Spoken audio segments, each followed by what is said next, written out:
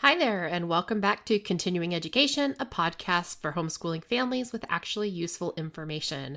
I'm Heidi, and today we're going to talk about a teaching strategy. I'm not a trained teacher. I'm just a parent in the trenches like you, figuring it out as I go along and sharing what's actually worked in our home.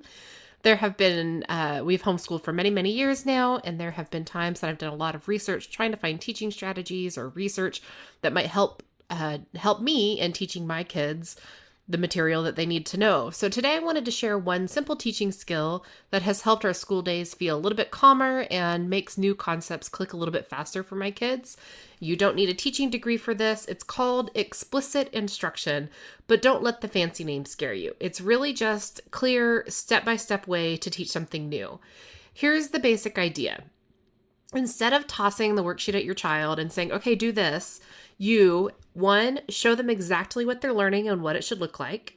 Two, you model it out loud. You do one example together, talking through what you're thinking. And then three, you and your child do a few together.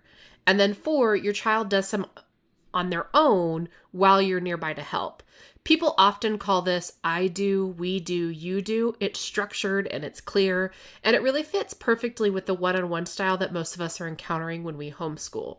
So why does this matter? Researchers who study how kids learn have found that this kind of step-by-step teaching, explicit instruction, is one of the most effective ways to teach new skills.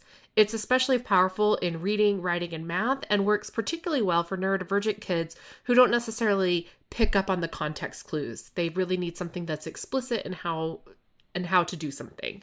And there are a few reasons why. First, kids know the target. They're not guessing what the grown-up wants.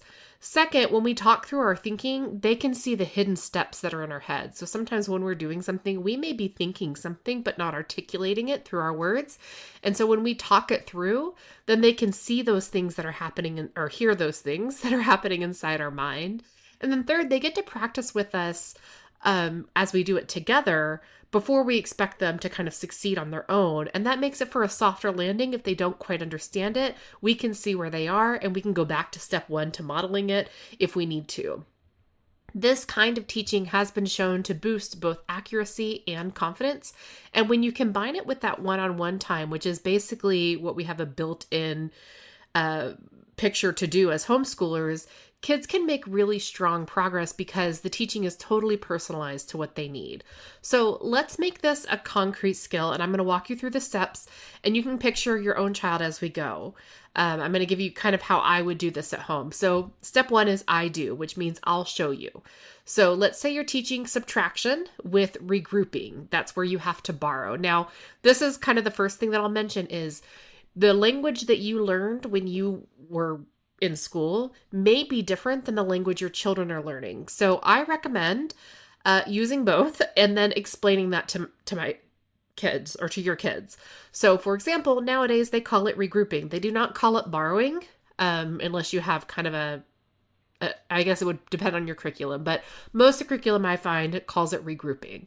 So I would tell my kids like, hey, we're going to learn about subtraction with regrouping. I might slip up and call it borrowing. That's because that's how I learned it when I was younger. But just know that regrouping and borrowing are the same thing. We're doing the same technique. We're just calling it something different. And then try to use the language that they're learning because that will help them solidify the concept and be able to make that connection as they work on it in their curriculum.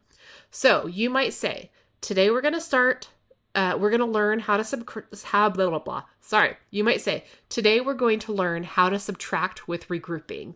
By the end, you'll be able to do problems like 52 minus 19 all by yourself. Then you work on one problem while you talk through your thinking. So you might say something like, I can't take 9 from 2, so I'm going to borrow or regroup from the 5 tens. Now I'll have 4 tens and 12 ones. You keep your language short and consistent each time you teach it. You kind of use the same language, trying to model the language that they have in their curriculum and talk through what you're doing as you write it out and you're sitting together. Step 2 is the we do. That's the let's do it together part.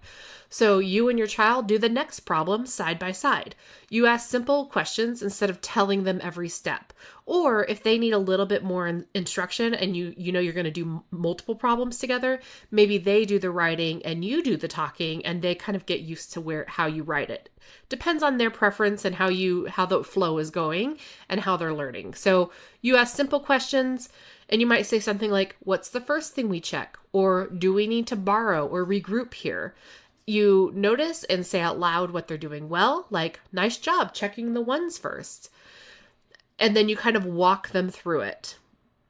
And you can do that multiple times. So the next step is you try it and I'm nearby. So if you've done one or more together and you feel like they're confident enough to do one on their own, they can go ahead and do that on their own, but you need to stay close. So let them attempt the step first. And if they get stuck, you might say, watch me on this one. Then you can model that step again and hand the next problem back to them. So it gives them the ability to kind of practice it on their own, get stuck, maybe call out for help, or you're noticing that they kind of got stuck and they're not really sure what to do. You model it again, you loop back around to the modeling step, and then hand it back off to them. The last step, we've done the I do, we do, you do, but the last step is review. So one thing that can be really helpful, and this is something that's common, is that if you can teach someone else, then it solidifies it in your mind. So you might ask them to explain a problem in their own words. So you can say something like, can you walk me through how you solved this one? Pick one win and one small next step.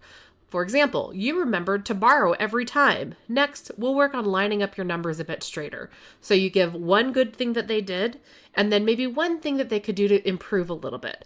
And you don't even have to say like, oh, but you didn't do this. Just say, we'll work on lining your numbers up a little straighter next time. And if they're the kind of kid who really needs to know why, you could explain that further. Like when you line them up, it's easier to see what numbers belong to which column. And you can plug this routine into almost anything. It works really well for math, but you can also do it for reading. So for example, you can model sounding out a tricky word, and then you and your child do one together, and then they try the next one. Or writing, you can model writing a topic sentence, then you brainstorm one together, and then they write their own. This can be particularly helpful for kids who are a little bit hesitant to write. They don't like writing. Sometimes they put that pen to paper and their mind just goes blank. So you can model the topic sentence, and then you talk one through, and then they write it. And a lot of times their sentence that they come up with, at least in my experience, is very similar to the one that we brainstormed, but that's okay. The point is that they're starting the process, and it'll get better with time. It also works for spelling. So for example, you can model how to tap out the sounds and then tap together, then they tap and write while you watch. It's the same pattern over and over. It's the I'll show you, we'll do it together, now you try, then let's talk about how it went. So that's the technique that I wanted to share with you today. If you're the kind of parent who likes to peek under the hood and see all the researchy side of things, I am. I listen to a lot of teaching podcasts. I follow various state things like the TEKS guidelines and state organizations that talk about teaching principles.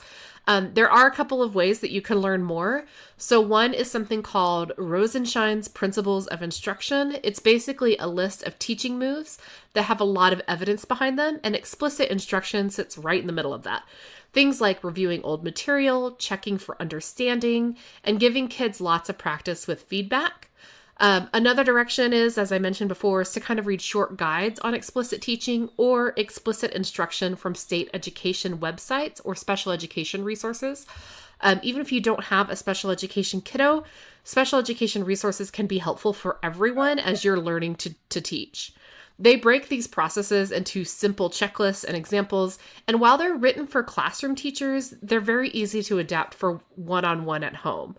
And then remember, as homeschoolers, we already have the secret weapon that research keeps confirming. One-on-one time is awesome. When we pair that one-on-one attention with clear, explicit teaching, we're giving our kids a really powerful learning environment, and one that they can model as they go on into the future.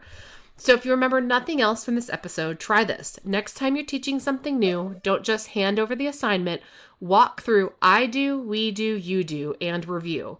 Show it, Do it together. Let them try. Talk about how it went. You do not have to be a professional educator to use this. It's just a simple rhythm you can lean on when you feel stuck. And if you try this with your kids, I'd love to know how it goes. Thanks for hanging out with me today, and I'll talk to you in the next episode.